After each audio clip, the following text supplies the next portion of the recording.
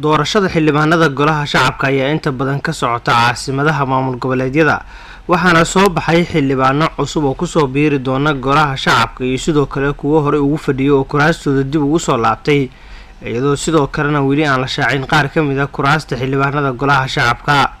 guud ahaan kuraasta la doortay ee xildhibaanada golaha shacabka ayaa gaaraya 101 xildhibaan, waxaa dhiman 174 xildhibaan kuwaas oo intooda badan kuraastoodu ay taallo meelo ka baxsan caasimadaha maamul goboleedyada ama magaalada labaad ee loo asteeyay in doorashadu ka dhacdo.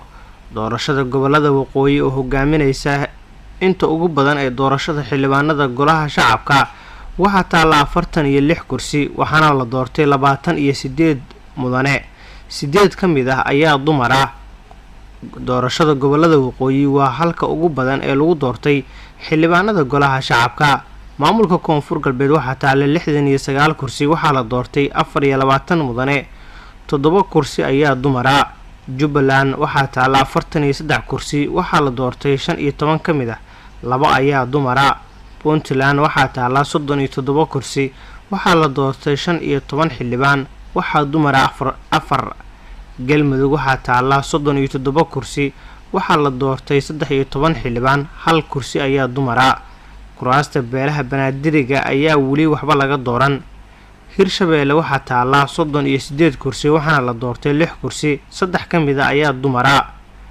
guud ahaan xildhibaanada la doortay ayaa ah 101 iyadoo 24 ka midana ay dumar yihiin. weli ma jirto magaalo ka baxsan caasimadaha maamul goboleedyada oo ay ka bilaabatay doorashada marka laga reebo maamulka koonfur galbeed oo shaaciyay in dhawaan ay qaban doonaan doorashada 13 kursi oo lagu dooran doono magaalada Barawe ee caasimada maamulka Hirshabeelle. waqti ay ku heshiiyeen golaha wada tashiga qaran in la soo afjaro doorashada xildhibaanada golaha shacabka ayaa ku eg 25 bishan waxaa ka dhiman 20 maalmood oo kaliya. sidoo kale waxaa lagu wadaa in maanta iyo sidoo kale maalmaha soo socda ay magaalada Muqdisho ka dhacdo doorashada xildhibaanada gobolada waqooyi iyadoona la adkeeyay amniga meelaha ka agdhow halka ay doorashadu ka dhacayso.